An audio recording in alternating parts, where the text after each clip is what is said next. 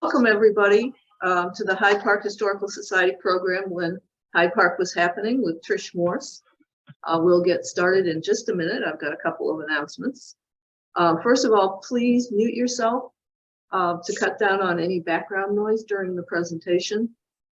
I'd like, on behalf of the Hyde Park Historical Society, we're happy to welcome you. My name is Michael Soffer. I'm the Vice President. And I'm happy to announce that the Historical Society is now hosting both in-person and Zoom programs. This one happens to be Zoom, but we will be having in-person programs coming up. If you're interested in more information about the Hyde Park Historical Society, I've posted our link in the chat if you want to scroll up to see that, or you can Google Hyde Park Historical Society. And you'll be able to see our program offerings, our book club offerings, and some of the historical projects we have going on. And I'd like to make a special mention of the interactive map and history of Oakwood Cemetery, which we just posted last month. And while you're at it, if you're in our website, why not become a member? You can do that online too. Just a word about this session. Trish will be making a presentation, and then we will open it for questions.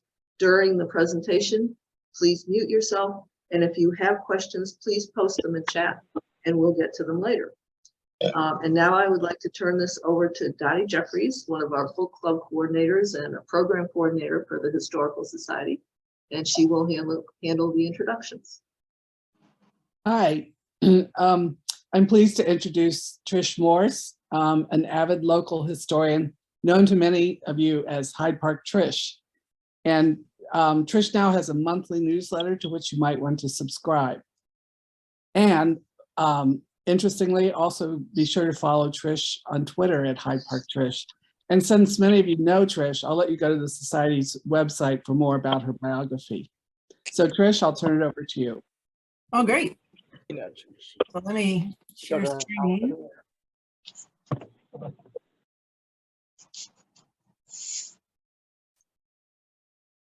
And oops.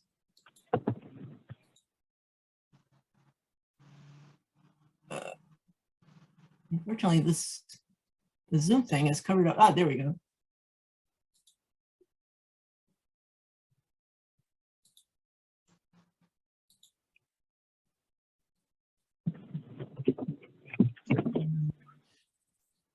I minimize that. Ah, okay. So now I get to see more of my screen. It gets complicated. Okay, so when Hyde Park was happening, so when the Historical Society invited me, I was sort of thinking, well, okay, what do I talk about? And one of the things that's been interesting to me as I've been doing research is that there were all these times when great masses of people came to the area. I thought, oh, that's interesting. It started out as kind of this and that, but I quickly realized that there was a part that formed more of a story. So I'm not focusing on all of the times we had exciting people coming by, but the story that's linked. Oops, there we go. And my understanding of the story actually starts at the very beginning of Hyde Park. It starts before 1893. Of course, the fair transforms how everybody thinks about the area. But my sense of how this works starts actually with the Hyde Park Hotel, because a certain thing happens. Paul Cornell trades land for a passenger stop at 53rd Street in the 1850s. And the train is somewhat resistant to this because they say, you know, there's nobody there. But he builds the Hyde Park Hotel, and I realized if you build it, they will come, because almost immediately the train, the railroad, the Illinois Central Railroad, has to put on extra excursion trains to bring all of the people that are coming out to the park that has been landscaped just to the north of the hotel. And they're putting on, you know, concerts and Venetian nights. And after the big fire, as a gift to the people in Chicago, they're really struggling. They put on a free French music concert out there in the park, and 10,000 people come down to Hyde Park.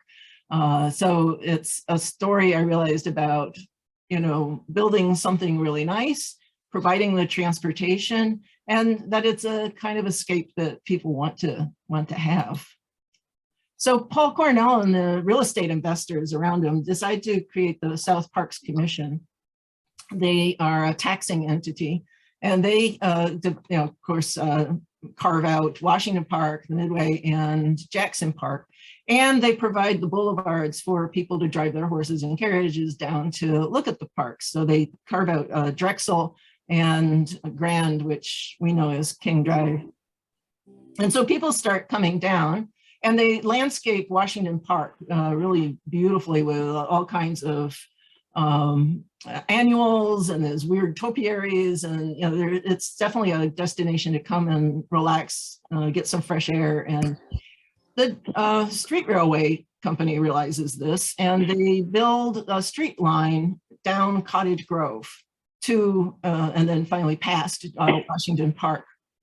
So that becomes a way for, you know, some rich people are buying in along Drexel and have horses and carriages, but the working people are coming down on the trolley. And that inspires people to create the Washington Park Racetrack. So the really wealthy form a jockey club, build a beautiful clubhouse for themselves there. But it's going to be financially viable because ordinary people are coming down on the trolley and you know, paying admission and betting money on the horses. It's very high end, it's very glamorous. Has this once a year a huge derby that's competitive with the Kentucky Derby, and you can, these photos are from the American Derby Day, but it's a real destination, and you know, hundreds and thousands, not hundreds, hundreds of thousands, hundreds and thousands come down on different days to participate in the racetrack. It's 80 acres. It's just south of Washington Park and right on the Cottage Grove train line streetcar. So the fact that maybe somebody could mute themselves. It's a little loud. So there's a transportation system that's being built up around Hyde Park. There's the green line here is representing the Illinois Central Railroad, bringing people up from the south and in from the east of the United States. You have the street railways, or the blue lines. Some of them are built for the fair. And then you have the elevated or rapid transit coming down to 63rd and over to the fair. And it's because you can have this, already there's some infrastructure and they build more. That's one of the reasons why we get the fair. That and the South Parks, that we have open land, and we have the ability to get people there, and they are rightly concerned that there are going to be millions of people. And I really loved this photo when I stumbled into it. It's obviously a very tired, weary family that have been at the fair, and they're trudging at the very far west end of the Midway to get to the Cottage Grove street railway. So the fair teaches people a number of things. One is that, yeah, if you build it, they will come. And it has this iconic court of honor that people think of as the center of the fair. And this gets picked up later. So I was going to take a second and explain why it gets the nickname the White City. It's the city itself is grungy. It's covered with coal soot. So everything is really dirty looking. And here they're banned coal burning. So what you have are gleaming white buildings. They had to find a way to get paint on these buildings really fast. So they spray paint them with white lead paint. The sun all summer long hits it as sparkling, and people are pretty amazed. And then at night, they've outlined all the buildings in electric lights. This is, well, my great-grandmother went to the fair. She had never seen electric lights before she came to the fair. So it's startling to have the night so bright. And also it's they're using 3 times the amount of electricity as the whole rest of the city of Chicago. So the 2 of these things combined make people call this the White City. So the main part of the fair is in Jackson Park, that's 730 acres. It's, these 14 themed buildings. They're kind of almost like museums. But the part that everybody loves is the Midway. And the reason the fair managers made a two-part fair is they've poured their fortunes into bringing the fair to Chicago. They want to make their fortunes back. And they looked at the model of the Paris Fair of 1889, and they made money. That's because they had concessions. Paid admission to get into the whole thing, but you could also, in addition, pay to get into other entertainments. And theirs was based on their colonies. So they had the Algerian Theater, they had Street of Cairo, they had the Dahomey Village, and each of those was a concession. So the Board of Fair Managers looks at that and says, oh, what's that? Oh, that's ethnographic. We'll have the anthropology division take care of the Midway. And so you have this really ugly, bad ideas about human progress and human society going on the Midway at first. And they invite various entities in to create villages. So you have like the Java village, you have Street of Cairo, and they tend to really want to be authentic. So they're making these experiences as authentic as possible. But it's starting to look a little stodgy. So the Board of Managers are really thrilled when this guy shows up. He's in his early 20s. His name's Saul Bloom, and he's a vaudeville promoter. He had gone to the fair in Paris and saw the money-making possibility. And so he had bought the rights to the Algerian Theater. So when he shows up and wants a concession, the Board of Managers of the fair say, you're the guy we want. And they put him in charge of the Midway. And then it becomes this raucous, expanse of all kinds of things that you can pay money to go into, and the fair itself takes a cut of any admissions. And he doesn't care at all about being authentic. So his Algerian Theater, so the Street of Cairo, of course, famously is Little Egypt, those are legitimate dancers brought from Cairo. They're professionals. They dance to actual Egyptian musicians. Saul Bloom also has a dancer that you could call Little Egypt doing a belly dance. It's an American girl. He writes the music for it. It's anything but authentic, but it's quite popular. And it's kind of a vaudeville that he has going. And one of his acts is a guy dressed in quote unquote Algerian outfit who's juggling and doing magic tricks. That's the guy who, that's this kid here, who's a teenager at the time. He renames himself very quickly Harry Houdini. So those are the kind of people that Saul Bloom's bringing in. And he brings in basically a big circus act. There's a big building that you pay money to go get to see these trained animals. And what it proved is you can make money by providing this kind of entertainment to people, and they'll come en masse. So one of the things that the fair has on the Midway are these kind of virtual reality experiences.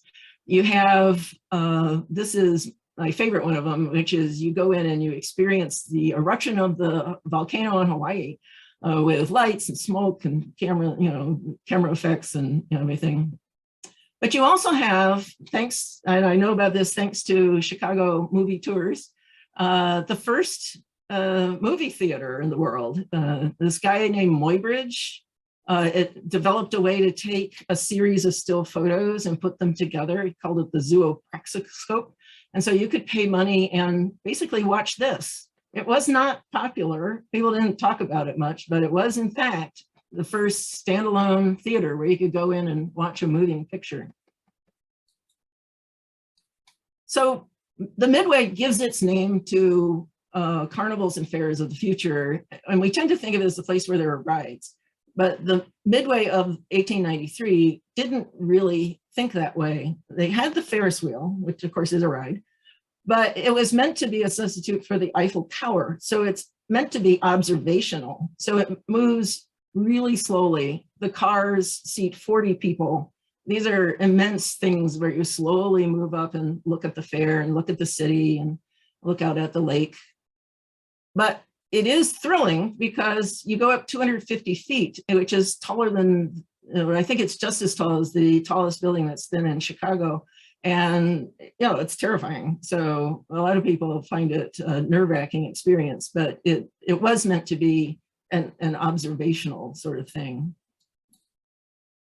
What's really popular out on the Midway is the chance to sit down, take a break, get some food, drink some beer, and listen to this German band. And one of the most popular is this recreation of Old Vienna. The people, it's packed all the time, all summer long. And they had concessions within the concessions. So these two brothers set up the Vienna beef hot dog concession. So you could, have a Vienna beef hot dog, and you still can, because it's still a brand. So the music at the fair, the official music is, there's a symphony orchestra that is evolving into the Chicago Symphony that's in the main part of the fair. It's in a very big venue, and it has an audience, but it's not making money. It's not making the board of fair managers happy at all. What people like is the the brass bands that are playing in various places all around the fair. But what is popular is outside the fair. There are, of course, hotels, entertainment venues, restaurants. I mean, the whole area is built up to accommodate all these visitors. And one of them that's running a band is Scott Joplin. He's come up from St. Louis. He's leading a band, and the music starts to achieve a national audience. And it's soon after this, he decides to start publishing the songs he played at the fair. And, it's becomes extremely popular. So it's sort of the start of jazz. So what the fair leaves behind is a couple of things. One is this transit infrastructure that makes a big difference to the things that are coming. It has a huge number of hotels, and of course, people in hotels tend to have leisure. And so you got a built-in local population of people looking for things to do. And it leaves behind this idea that you can make money, and a huge nostalgia for the experience of the fair. So one of the things that happen is the fair managers pay to reconstruct Jackson Park. So they provide a huge range of recreational things in the parks, and the transit brings people out. So there's a lot of heavy use of the parks, and they're probably at their peak at this time. The other thing happening in the parks is the horticulture building that was in the fair had this collection of exotic plants, particularly exotic for 1893. And the exhibitors did not want to pay to ship them away, so they gave them to the park. So the South Park Commission hires Burnham and Root to build this beautiful conservatory that was in Washington Park. It's lined along Cottage Grove, so you can get to it on the trolley. And if you go to Washington Park, you can kind of see where it was by this staircase still exists, although it's a staircase to nothing right now. And the managers of the conservatory decided that, they're the permanent exhibit were these plants from the fair, but that in the winter, people really needed a break. And so they started having these flower shows that were extremely popular. Brought thousands of people down to the conservatory to have a lovely breath of spring in the middle of winter. The other thing going on is University of Chicago football at the same time. I got to the university in the 70s, and everybody was, kind of snarked that, oh yeah, we used to be in the Big Ten. And I never thought about what that meant until just recently. And so I looked up, why did we join the Big Ten? So William Rainey Harper was this visionary first president of the university. He's thinking of it as a Baptist university. And there's this, very already well-known figure in sports, Amos Alonzo Stagg, who believed in muscular Christianity, that your physical fitness, fit your spiritual fitness. And so Harper brings him in. He thinks, oh, this is the guy. And part of it is the intercollegiate sports are big. It proves you're a real college. So Harvard and Yale and all are having football. And so it proved U of C was the real deal because it's brand new. But what interested me was that Harper also had this idea that if they provided an entertaining football team or sports in general, that it would attract an audience in Chicago. And this audience would see the university as their hometown university, and that they would be then supporters, and it would integrate the university in the life of the city. So they build the stands, and then they get an audience, and they build the team. So you can see they were not just in the Big Ten, they were dominant in the Big Ten in the early years. And this is a photo from 1908. They're playing Purdue, and they beat Purdue 39-0. So yeah, they were kind of crushing the opposition. And they did it in the spring too. It turned out the university was a track and field powerhouse in the same era. And the audiences came to this too. They came and packed the stadium. And with the railroads coming that were aligned so they could come into Hyde Park to come to the fair, the railroads brought in national competition. So the University of Chicago was the location for decades of the USA Outdoor Track and Field Championships, the NCAA Championships, and the US Olympic Trials.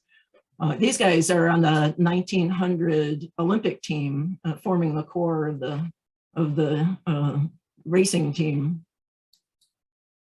So this is what it looked like in the early years.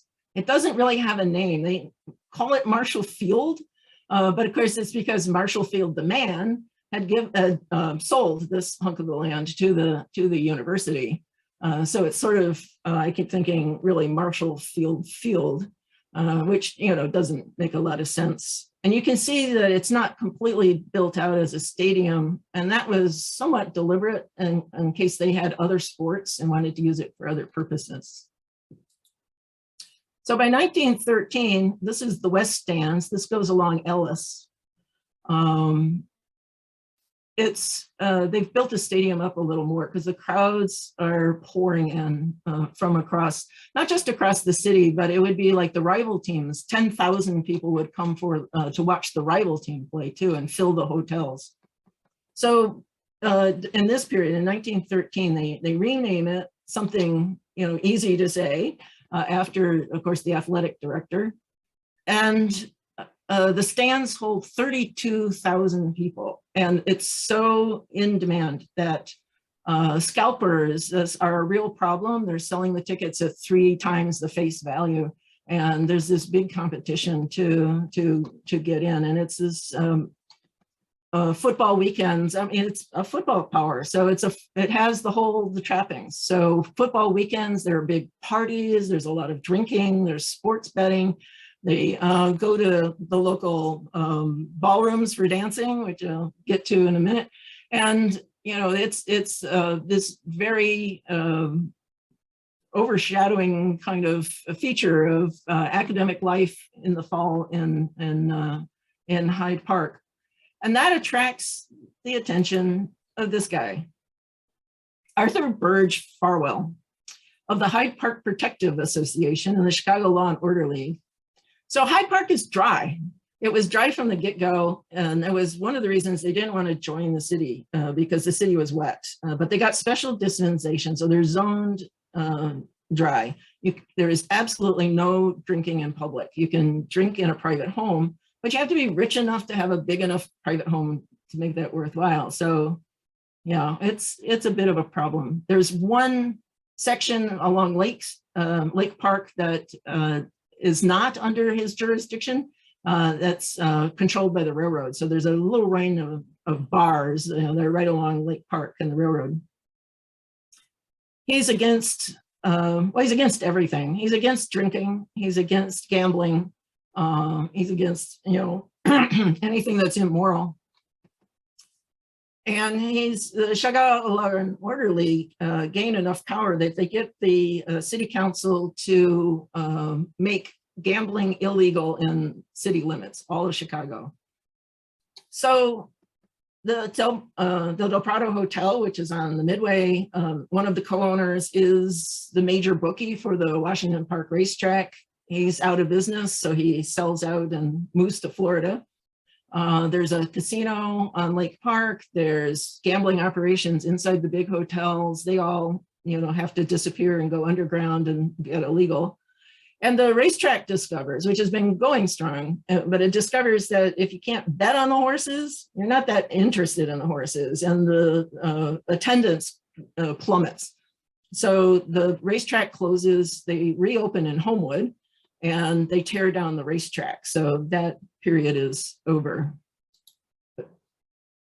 But that explains the next set of decisions, which is right after the fair. There's this real sense of trying to both capture the audience and capture the feeling of the joy of the fair. And so right on the corner of 60th and Cottage Grove, a beer garden opens up, calling itself Old Vienna, obviously trying to cash in. And the streetcar people, the cable car that goes down Cottage Grove, they immediately notice that there's a huge burst in ridership. And so they form a syndicate, and they're going to build out an amusement park to lure people. But their sense is they're not just going to make money from the amusement park, they're really going to make money for the huge ridership that will be taking their trolleys down to see it. And this is fairly sedate, kind of like the fair itself. So they have a big band shell, it holds 50 musicians. You can sit out there in the summer breeze or in the moonlight. It has theater, kind of high-end vaudeville. And you can have dinner on the veranda with nice breezes. It has a Japanese garden. It's, much more like the fair. But in a few years, they pick up competition. So they add a few things that we think of more as an amusement park. They add in rides. So in 1906, they open up a roller coaster, but they call it a scenic railway. So it's not, it's not terrifying. It's a pleasant roll around. And I love this postcard because it shows where it is, right on the Midway. And they open this, which is more that idea of observational stuff. It's 200 feet high. Those little pretend airships circle the tower and drift upwards. And all of the ads are about, it's all the thrills of being in an airship and none of the danger. They also pick up from the competition the idea of opening a ballroom. So this is, again, 1906. It fits 1,000 people. 500 couples can dance at one time. And it's extremely popular. The Tribune and media talks about how thousands are gliding across the polished wood floor. This was on 61st and Langley, and it survives for quite a while, for another like 3 years, as the Mary Garden Ballroom. So this is the competition, the White City Amusement Park. So it's over taking use of the L and the trolley. You can see there are trolley cars in here. There's both trolley service and the L, and their big entrance is here, right on the L stop. And their idea is that you come in the entrance, there's boardwalks. You walk up the boardwalk, past all these concessions and back. So these guys are coming out of, the main organizer is a guy who has arcades up in the loop. He guys has Nickelodeon. And they see this, it's a rowdy version of the fair experience. Well, it's 12 years later, so things have moved on. But the thing they really pick up is the idea that they're really going to make money from the concessions. Other people are going to take the risk and the creativity and give you a cut of their profits. And if they aren't profitable, you trade them out for another concession. But you can, with the price of admission, see a bunch of stuff that's in the middle. This is a sunken garden, that's the lagoon. So this is a wild animal act, elephants that are in the middle that you could see for the single price of admission. So this is what the boardwalk looked like. And you can see they're picking up the two things that everybody, that was iconic about the Court of Honor, which is blazingly white buildings in the summer sun, all very clean. They advertise that they're very clean, you know, that they don't have garbage, you know, that, which was famous for the fair too. It was a selling point of the fair. And they outline all the buildings in electric lights, just like the fair. They advertise that they're the city of a million lights. There are 20,000 light bulbs in the tower. That was not observational at all. It was, you couldn't go up into it. Although apparently 2 freshman boys climbed it at one point from the university. It was advertising. You could see it for 15 miles. And I got wondering, well, what did that look like? You know, I was thinking 15 miles to the south, but actually there aren't tall buildings on the south side. And this is a photo from Hyde Park in the 1920s. And you can see that what the White City Amusement Park was, even though it was a little a ways away, was this glowing white presence on the southwest horizon. And they had fireworks every night from May to October. And so you had a fireworks show that you could watch, you know, all the time. This was so popular, partly because the fair was popular, but this actual amusement park was so popular that 35 other white cities opened in cities around the country and Australia and the UK. And they all have this huge electric tower in the middle. So what kind of experiences did you have? Well, some of them were like the fair. They were sort of virtual. So they gave you a romantic gondola cruise through painted murals of Venice. Movie theaters have moved onward to Nickelodeons. But you know, if you can read this, it's basically showing that people don't know what movies are yet. They have to explain that these are living things and these are actually moving. And it's a Nickelodeon, so it's a small space. They're fast moving. What you have now, though, are fun houses. There are a number of them in the White City. They are, you know, places where you go to laugh, you know, mirrored halls, and, you know, things jump out at you. So those experiences are happening. And talk about virtual experiences. Well, it's not actually even virtual. They built, everybody talks about this. They have the Chicago Fire. So they have a city block. Employs 250 people to put this thing on. 1,500 people are in these bleachers. And there's a whole regular city scene. You know, the trolley goes by, there's a delivery truck, there's people have a little fist fight. A kid steals an apple and the policeman chases him. And suddenly up in these buildings, there are people hanging out the windows screaming, fire, and the flames tower up, the fire trucks pull in, people jump from the windows into nets and they pump water and put out the fire. And they do this twice a day. It's just gobsmacking. So when they're building this, the arcade guy and his syndicate partners go out to Coney Island and check it out. It's brand new, it's in New York, and it's wildly successful. So, well, the White City has a lot of rides. It's got a lot of kid-sized rides. It's got merry-go-round, this little steam engine, you know, there's about 10 at least of these smaller rides. They also have thrill rides. So they have a scenic railway coaster. And then they have this, the racing coaster, and it's fast and it's dangerous. So right after it opens, there's an accident where cars collide and a couple of people get killed. It's really quite taking your life in your hands.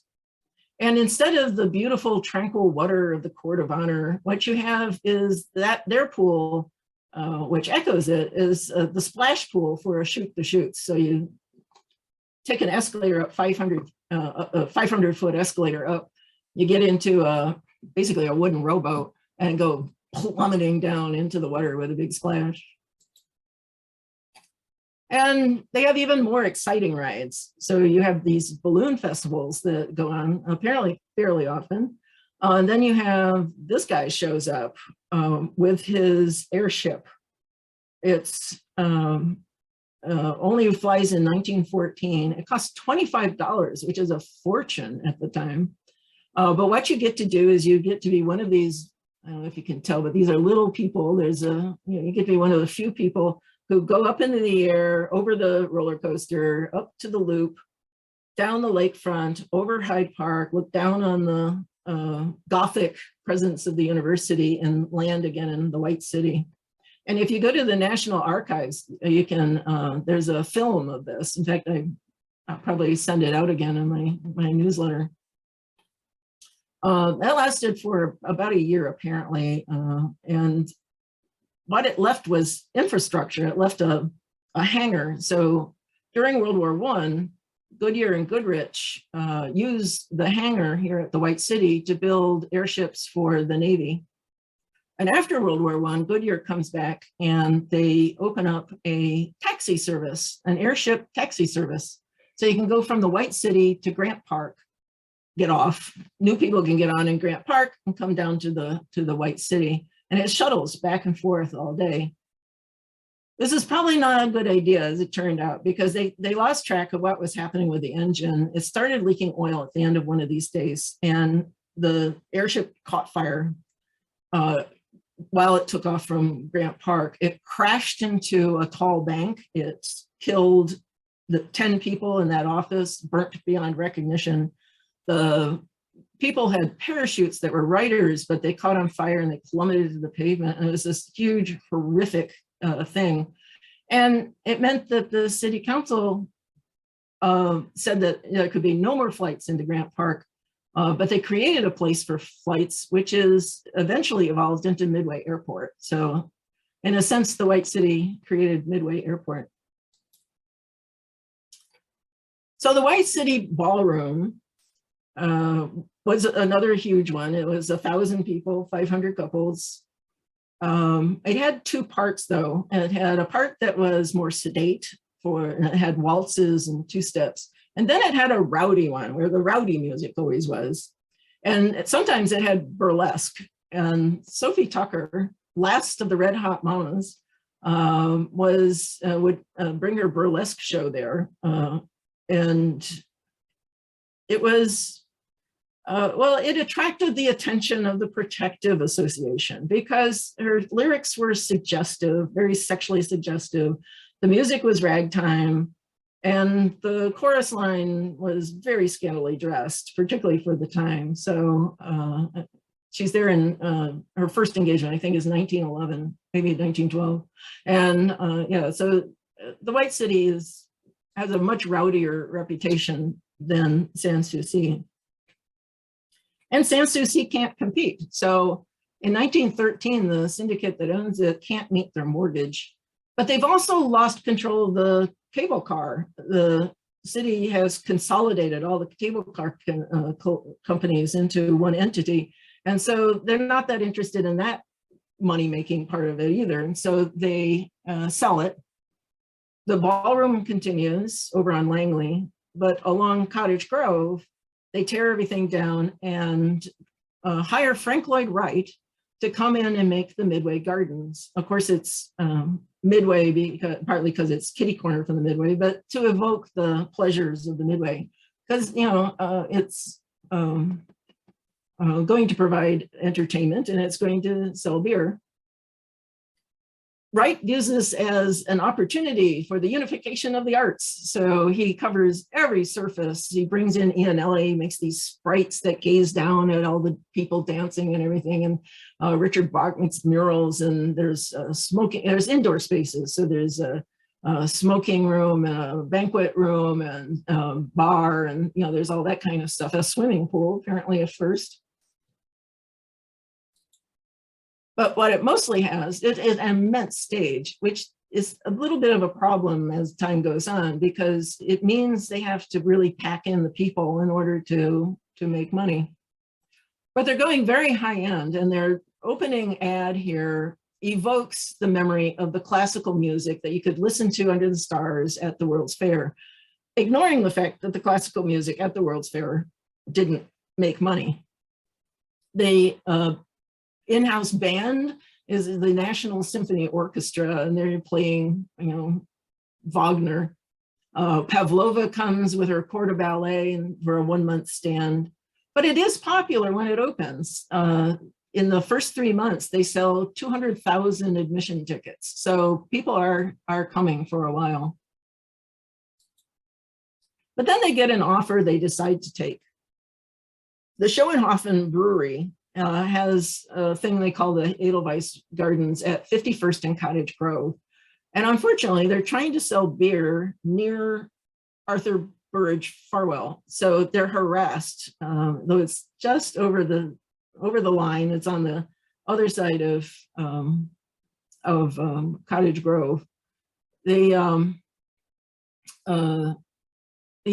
constantly dragging them to court, suing them, fighting them. And so they take the opportunity to move their operation to where the coast is clear, 60th and Cottage Grove. So they take over the Midway Gardens, they rename them the Edelweiss Gardens, and the acts turn more to high-class vaudeville, including Sophie Tucker and her 5 Jazz Kings. And it's a success for about 4 years, but then it's prohibition, national prohibition.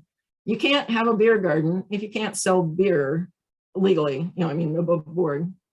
So by 1921, they sell it to this, which is a tire company, auto parts company, and they run it as a dance hall. They put neon, they paint the sprites, they relabel it, and Wright disavows any connection to it. He says, oh my God, they've completely trashed my artwork.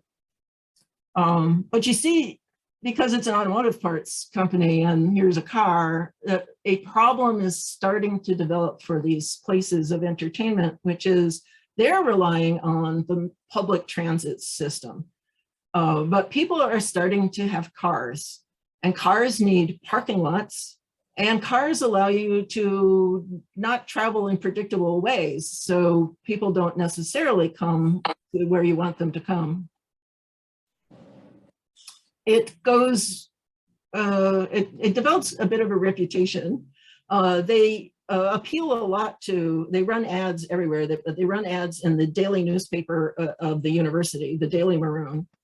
And they have free coupons, and they're really trying to get the college kids in. But the college kids view it as not a low class kind of experience, but it's fine for gin drinking and neck nuzzling, as one of them says in an article. It's not the classy date night. So in the 20s, the White City Amusement Park does okay for a while because it's rides and more family based. You don't have to drink the whole time. But they have a series of fires and they don't have the finances to really pull out from them. So particularly in 1927, the big tower catches fire. It spews embers all over the place. The concessions catch on fire. And the White City never quite recovers as an amusement park after that. But the ballroom thrives. And what the Protective Association does for the ballrooms, because it's really, this whole dancing thing is problematic to the Farwells of the world. They put, they insist that the ballrooms employ basically floor walkers. I'm not sure that's what these two guys are, but what they have are guys who are patrolling the dance floor and making sure that like this sort of thing doesn't happen, which is an arm around the neck of your dancing partner. And it makes sure that there's air that you can see in between the couples, and they yell at you on the dance floor, which I think might have inspired a apparently unique form of dance that developed at the White City Ballroom in the more raucous room where the jazz was. So apparently it was famous for a style that combined the Charleston, the waltz, and the Indiana hop. And the Indiana hop is when everybody in the dance floor would hop up and down at the same time. And it was the Chicagoan, this magazine that was imitating the New Yorker, was like, well, it has a certain syncopated dignity of its own, but it must have really been something to watch. I can't find a film of it. It makes me sad. So what you have now in the energetic room is a string of black bands as the house bands. So for a while it's Jelly Roll Morton with the Hot Peppers, it's a Creole band. And then for 4 years, it's these guys. This is Doc Cook and the 14 Doctors of Syncopation. Doc Cook actually had a doctorate in music. He's a prolific songwriter and orchestrator. And there are, even though he's so early, there are a number of recordings of him that you can find online. They lasted till 1930 when somebody stole all their instruments. And it's the Depression. They don't have the financial resources to buy new ones, and the band folds. And Cook goes to Broadway and has the rest of his career working in most of it in Radio City Music Hall. So the classy dance floor becomes the Trianon, which opens in 1922. It's done by Rap and Rap, who also designed the Windermere Hotel. So it's classy Hyde Park type architecture down there. It is immense.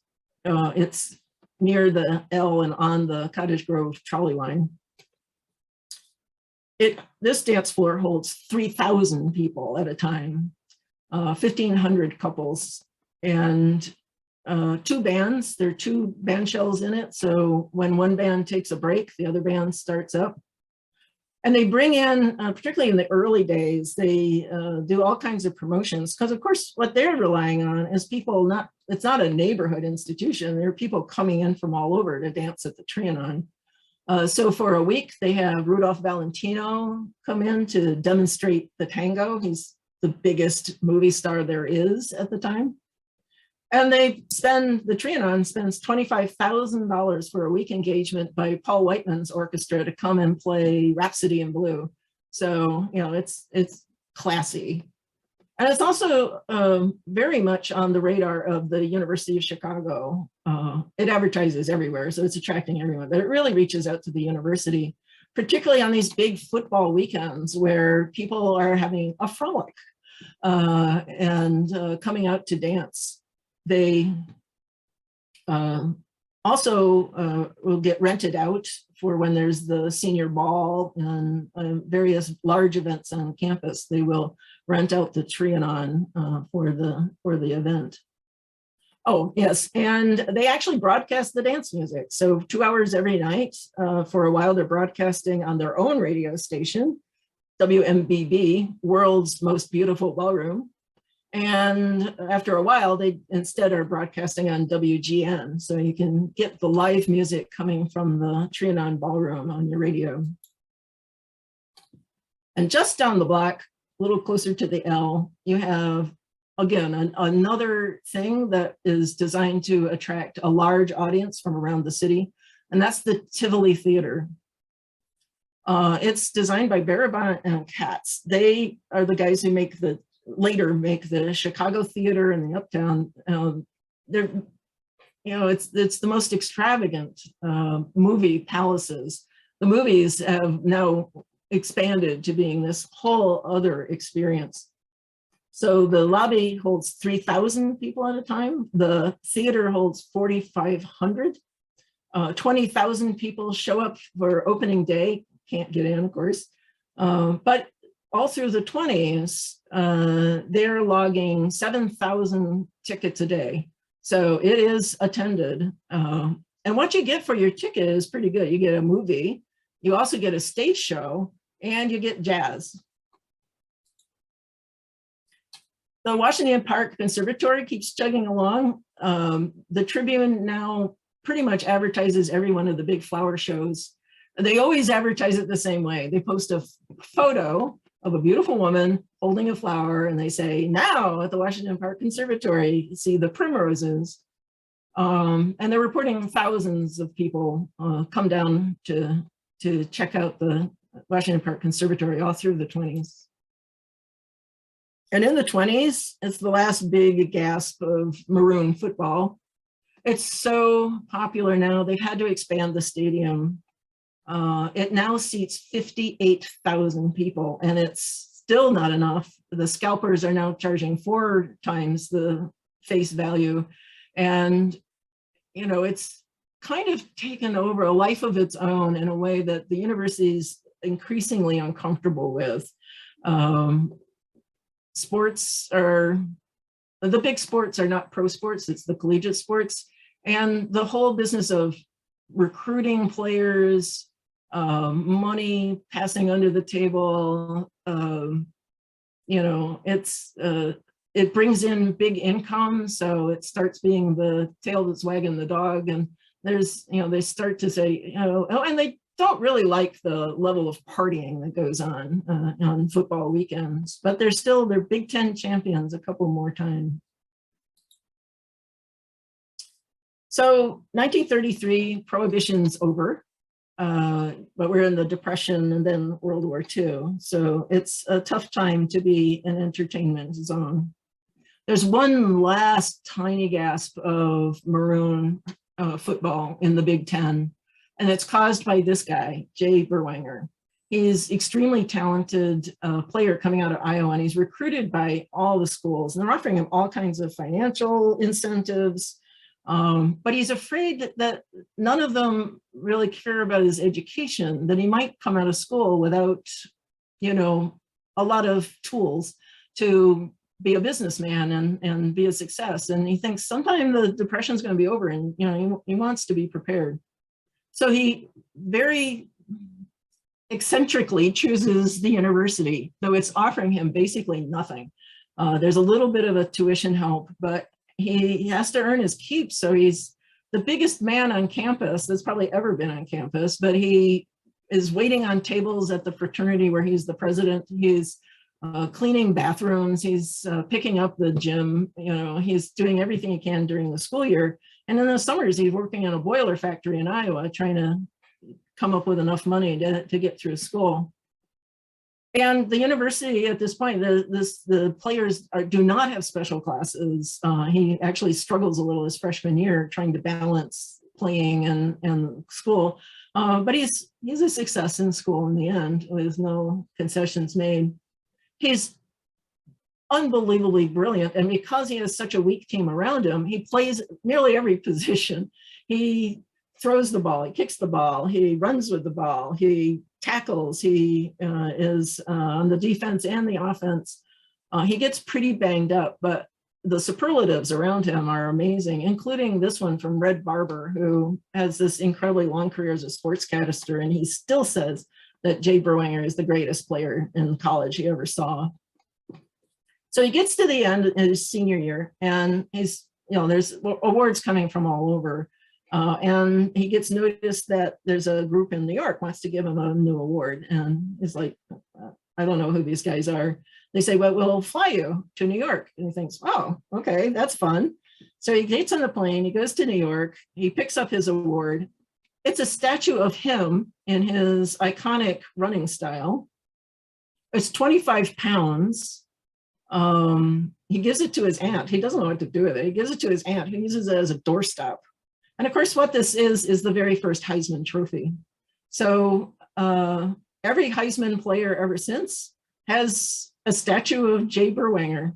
And this originally finally learned to value it, and he donated it to the university. So you can go to the Ratner Athletic Center and actually see Jay Berwanger's Heisman Trophy. Fun fact. I should have stayed on football. The 4 years after Jay Berwanger graduates, the Hutchins, who famously is reshaping all of University of Chicago education, shuts down football. And they actually linger in the Big Ten for a little while. So they're Big Ten fencing champions one of the years, but you know, in just a few more years, they're completely out of intercollegiate sport. And the Of course, famously, the west stands of Stagg Field stay through World War II, and that's where the nuclear reaction is, in the squash courts of the west stands. Washington Park Conservatory is still having these flower shows. Even without a flower show, 4,000 people a week are coming to the conservatory. And the Tribune still is doing the pretty girls and the flowers thing to advertise them. But there's no more South Parks Commission. What we have now is the Chicago Park District. It's basically the patronage wing of the Democratic Party for a long time. And, you know, it's got other agendas. It says, you know, we have a Lincoln Park Conservatory. We don't really need one on the south side. So, you know, even though it's still pretty popular, they tear down the conservatory in the 30s. But people are still coming to Washington Park because what's appeared is the Washington Park Armory. The state has carved out a hunk of the park and given it to the National Guard. This is the 124th Field Artillery, and the field artillery is still being pulled by horses. So they have all these stables and they have all these horses and they build a big space to drill. But they're also horse mad and they love polo. So they've built it so they can have indoor polo. And there's seating for 10,000 in the audience. And the 124th Field Artillery is actually a very competitive national polo team. And they have national tournaments. And in 1928, when it's just opening up, the U of C is Big Ten polo champs. So even the U of C was in on that act. So the state tells the National Guard that they can hold other kinds of events in the Armory as long as the proceeds go to help pay for the National Guard unit. So it happens that one of these officers is basically a brilliant sports entrepreneur and he's out there hustling all the time. So there's a constant bill of fare going on in the Armory. So the Herald actually has a column every week telling you what kind of events are in the Armory that you can go see. And there's boxing, there's indoor football that's semi-pro with out of season Cardinal and Bears players, Chicago Cardinals, Chicago Bears. There's a very competitive indoor soccer league, there's indoor baseball. There's all kinds of events, a circus at one point, and a lot of track and field. And I came across this picture, which I love. This is Ralph Metcalf winning a sprint race in a track and field event inside the Armory. And of course, he went on to world records, Olympic gold medals, and to represent us in the US Congress. And this is the wackiest thing they hosted. It was weekly and sometimes twice a week. They had these mini auto racers that would hurtle around the dirt track. And I'm sure the audience was basically waiting for accidents to happen because they look ridiculously dangerous. But they were very popular until World War II, when the whole thing shuts down and the Armory doesn't host anything anymore.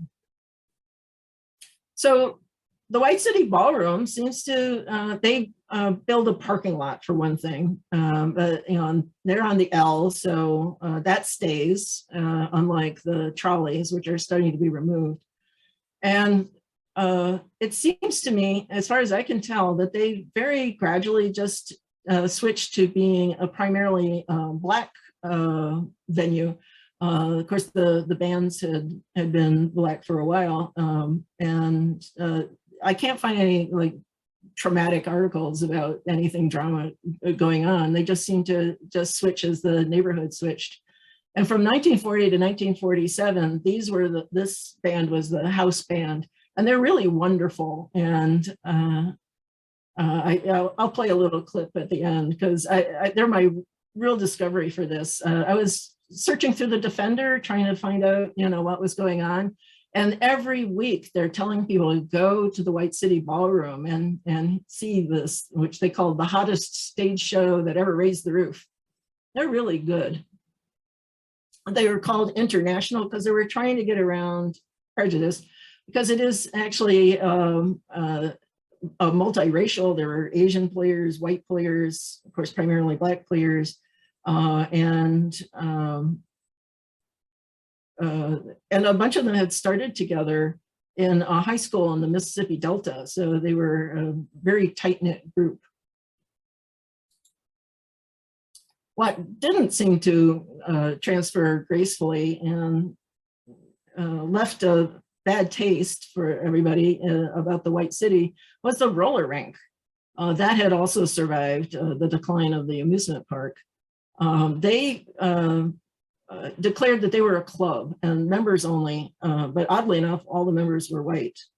And what you have going on at the university right now, James Farmer is a student in the 40s, and he wants to try out nonviolent, the tools for nonviolent change. And they do a sit-in at a diner down on 47th. He forms the Congress of Racial Equality, and they tackle the White City roller rink. So it becomes quite a deal. There's a lot of picketing, there's lawsuits. It took about 4 years, but they finally get it to integrate, and it changes its name, which of course is now toxic, and to, what is it, the Park City roller rink. And the other thing going on is that whole area, that 14 acres that was the original White City amusement park is being, the rest, whatever is left is being leveled and turned into the Parkway Garden Homes in the 1950s. So the whole thing is gone by the end of the 1950s, and it's cooperative housing for, affordable housing for African Americans. So core Congress of Racial Equality also tackles the Trianon, which also did not integrate. And the Trianon, of course, they have a couple of problems going on. It's 1950. People, 3,000 people a night don't actually want to do ballroom dancing, at least not the way they used to. So what they do is they get 4 interracial couples of students to, and they tell the cops they're doing this, they tell the university, they tell the Trianon, they come and try to enter, bouncers throw them out, they refuse to go, they get arrested, it becomes a big deal, and the Trianon shuts down. 4 years later, they try to open, now integrated, but you know, that era of music and dancing is just over, and so it's torn down within a couple of years. So what's happened to the scene is a whole other kind of music, which would be a whole other presentation. But what's happened is we now have small jazz groups in nightclubs, and there are dozens of these things as you get pushing through. A lot of them are on 63rd, a lot of them are in Cottage Grove. So they do stick to this kind of entertainment district that people have been thinking of. This is a picture of the Crown Propeller. There's only one I'm going to talk about, and that's because it was in center of Hyde Park. There's a lot of bars and lounges, there's a lot of music, but this seems to be the only one that in central Hyde Park that had famous people. In fact, it lives on in people's memories, and musicians' memories, and people that have attended. And I think in part it's because there's existing 14 live CDs, albums that came out of recordings at the Beehive Lounge. So, you know, you can listen to it, and there's websites devoted to it. They build themselves as the home of jive. So it was a big deal. It was integrated. Of course, students went there a lot, but it, of course, did not survive urban renewal. It was on the corner of Harper and 55th. And the reason I decided to include it is I think it's part of the story of this urge to regulate the morals of the neighborhood. Because it's really hard to look at, there's a lot of things about urban renewal that everybody agreed felt necessary, but it's hard to look at where they tore things down and not think that one of the things they were trying to do was get rid of all of these drinking establishments that lined 55th and Lake Park. So yeah, so it was gone by 1956. There's one last bit of the story, which is the Tivoli Theater tried to survive, but they what they tried to do, of course, it's 4,500 seats. So part of the problem is the size of the audience they have to pull in without a parking lot. So in 1959, they start hosting, the first one is Pearl Bailey. They start hosting these huge shows with big headliners. And those really must have been quite amazing. But that only lasted till 1962. In 1963, they close and it's torn down, which is a real heartbreaker because, wow, the Tivoli Theater was stunning. So that's the end. I wanted to pause on the acknowledgements to show that I rely on all of these amazing resources, archives that people have put online, and they're growing all the time. And you know, I couldn't do these articles and talks without this. They're a lot of fun to browse through. This became a very fast blow through a lot of things, so I'll be talking about it some, and I have a newsletter, as Dottie mentioned.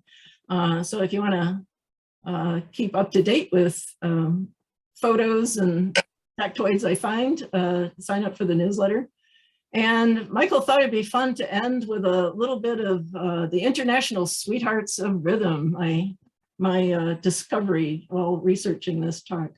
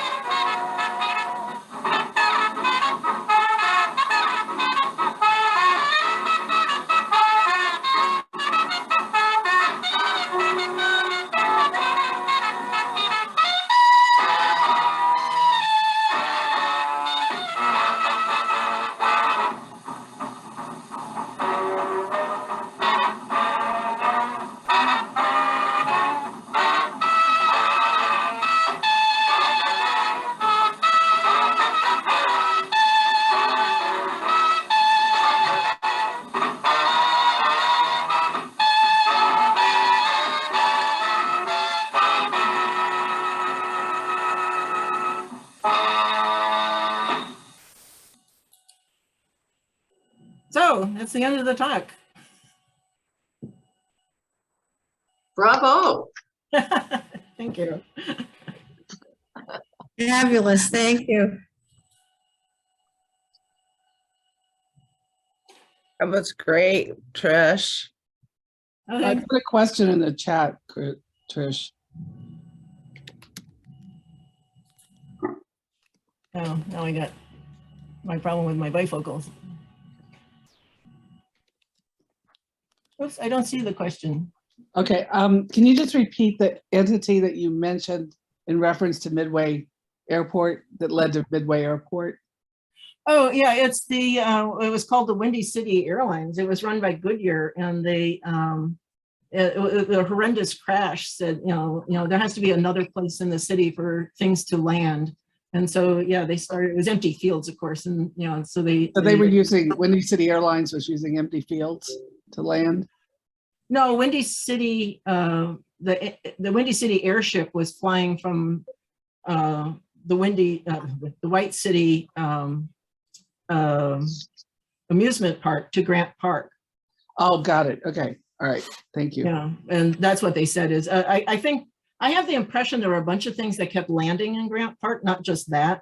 Mhm. And they just said, yeah, we can't have anything crashing into buildings. You know, we have to Right. move airplanes and airships out of the city. And Yeah, I- so I think one thing I forgot to say was, yeah, what the White City was, I mean, how undeveloped this area was. The White City was 14 acres. That was a cornfield run by Armour Meatpacking. So, you know, this area of the city was still really pretty undeveloped until, you know, the 20s, basically. All right. And I have one more question. What is the year approximately of the protest in the slide with the image of the Trianon?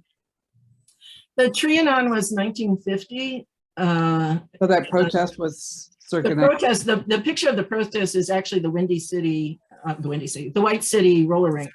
Right. And that I think was started in 1947. Okay. But that went on for about 4 years where they had various demonstrations.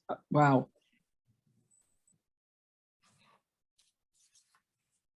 Don't know what you missed.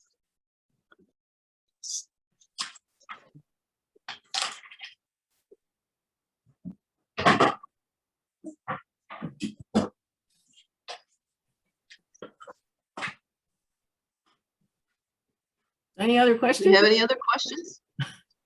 As I said, I mean, I tapped into enormous amounts of material. So this is going to show up in other forms for a while, I think, in the Herald and on my newsletter, because I had to cut a lot out. It's fantastic. A great collection of Really information. great. Oh, Trish, it was so good. Thank you. I would love to see you do another one where you focus a little bit more on the clubs that were on Lake Park and 55th Street. That would be Yeah, they're a little tricky. I am working on it. There were a lot of them, but a lot of them like winked in and out of existence, and it's a little hard to tell which ones. They didn't have famous people as much performing at them, so they aren't. One of the things, like for the Beehive, it's handy. There's fanatics out there who have really shown, you know, what happened there and listed all the recordings and, you know, have done the legwork. But yeah, yeah, there was a tremendous number of clubs. What I really started looking at were the clubs on 63rd and Cottage Grove, because I thought they might, you know, I might have time to fit those in. Those were fascinating. Yeah, thank you so much, Trish. So good.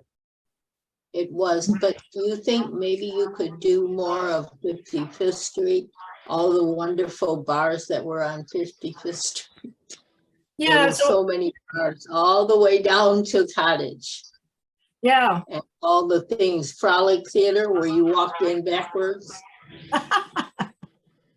Yeah, so I you know, what I've been puttering on 55th was sort of reconstructing the whole thing, not just the bars, but, you know, where exactly things were, where like, Right. you know, Breslauer's was and where the theater was, and, you know, so Right. yeah, And that's coming. the Piccadilly on Hyde Park Boulevard, that was beautiful. The which was? Sorry. Oh, the Piccadilly. Piccadilly. Yeah. Oh my goodness. Yeah. Yes. That was a wonderful, beautiful theater. And there were so many things like that old Century Hotel, if people remember that. The Century Hotel on 55th near Harper. Yes. And all the wonderful Woolworths, Kresge's, all the different stores that were on 55th. Yeah, so that's why I thought, you know, the bars are interesting, but I thought the fact of the whole life of 55th, you know, it's kind of interesting. You know, it's just a whole network of stores and bookshops and. Right, we had all kinds of bookshops and we had just everything. And Herzog's department store and just all kinds of places. so different, so beautiful. You could walk from one end to the other. And during the war, a lot of people walked to the park and they would play cards out in the park. Oh, cool. I didn't know that. Yeah. Oh, yes, they played cards out in Jackson Park. Uh-huh. Yeah, there was just so much.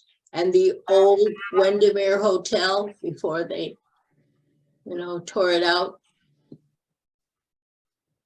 Yeah. Isn't it there now? Not the old one. No, not the old one. I remember when I first came, my parents would come to visit Chicago and they would stay in the old Windermere, and I never have forgotten Yes. the elevator there in which the doors opened, top to bottom, and the elevator operator pulled this heavy cord that was wrapped in velvet, and he pulled it down to shut the doors and get the elevator started.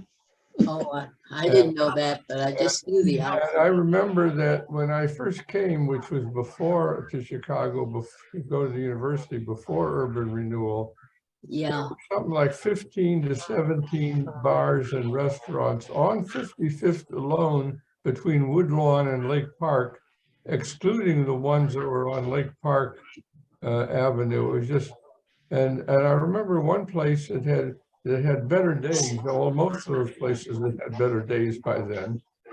And you could go in as a student and maybe technically you were supposed to be 21, but who cared, who checked?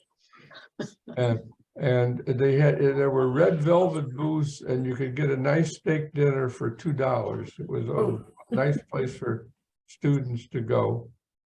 And when I first came to Chicago, my uncle was the manager of the movie theater, the Frolic down near Ingleside and yes, 55th Ellis and Ellis. It was Ellis on and Ellis. I Ellis. couldn't remember exactly where it was. Yeah, it was on But 50. needless to say, I could go to the movies for free there if I wanted to. Yeah, and we had drugstores on every corner. Do you remember that? It seemed like every corner had a drugstore. Well, the fountain and the Museum of Science and Industry was Finnegan's. Yeah, it was originally at 55th and Woodlawn. Yeah, I know that very well. I lived at 55th and Woodlawn. So I know that very well. And it was beautiful. It was the most beautiful thing you would ever see was Finnegan's.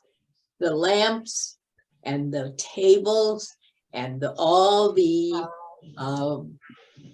cabinets were all old style. I don't know. He must have been there a long time. And Mr. Watson, did you remember Watson's jewelry store? Oh, yes. Yes, that was across the street. Yes, that's right. It That was was across the street. That was on the northeast corner 55th of the intersection. And yeah, on the other side by St. Thomas. Yes, I remember. I can't remember his name. I once went to a dentist. I think that was above Watson's jewelry store. No, it'd be across the street. Dr. Kelly. I can't remember his name, but the equipment in there looked like it was put in 1900. It should have been saved. It should have been saved and put in the museum along with the drugstore. Oh, yes, there was so much going on. And what was that? Mitzi's Flower Shop. Does anybody remember Mitzi's? I don't She had the remember most there. I beautiful remember flowers. Mitzi's when it was in the Kimbark Shopping Center. Oh, but she originally was on 55th and Kimbark. Okay, I don't. Then she got another store, a little store on the other side of Kimbark towards Woodlawn, because they were so busy and they had, during the holidays, and everybody was going there because it was the best thing in there, the best flower shop there. And then what else did we have? We had on the other side of the street, we had A&P, Breast Flowers, High-Low, the liquor store, the bar, which was, I think, Nichols at that time. Can't remember. And then there was what? National Tea, Well- Kroger's, all those stores. Right. I think Trish, if she's gonna try to do a map of 55th Street from that time, is probably gonna have to get in touch with you, Jane. So, 55th. are there any other, 55th are Street, there any, pardon? I was just asking if there are any other questions that the audience has for Trish before we sign off. If not, then thank you all for participating. And Jane, I will send your email address to Trish so that you can have a conversation. All right, Again, thank you all Thanks, for attending. Trish. Remember, okay, okay, goodbye, everybody. bye. Trish, this was Everybody. great. It was great. Thank you. You're welcome. Yes, thank you so much, Trish. All right. Very Thank- welcome.